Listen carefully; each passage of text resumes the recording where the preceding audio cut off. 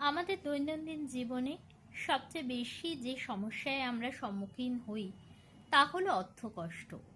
আমাদের অর্থকষ্ট আমাদের অনেক ইচ্ছাশক্তিকে দমিয়ে দেয়। অনেকে আমরা অর্থ সমস্যার জন্যে বহু ঋণে জর্জরিত হয়ে যাই। যদি আপনার ঋণ অধিক হয়ে যায়, কোনোভাবে ঋণ পরিশোধ করতে পারছেন না, করুন এই টোটকাটি। কি করবেন? প্রতি মঙ্গলবার দিন হনুমান মন্দিরে গিয়ে 3টি দেশলাই কাঠির বাক্স আপনারা হনুমান মন্দিরে দান করে আসুন এবং অবশ্যই মনস্কামনা জানাবেন যাতে আপনি ঋণ থেকে তাড়াতাড়ি মুক্তি লাভ করেন। এই টোটকাটি করে বাড়িতে এসে আপনি নিজ কক্ষে একটি চামেলি তেলে প্রদীপ জ্বালাবেন এবং প্রদীপটির মুখ থাকবে পশ্চিম দিকে। এবং কি করবেন? 108 বার জপ করবেন ওং হং হনুমন্তে নমো।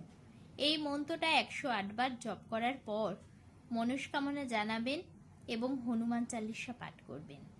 এই টোটকাটা 8টা মঙ্গলবার করেই দেখুন না আপনার ঋণ মুক্তি ধীরে ধীরে হচ্ছে কিনা। ধন্যবাদ।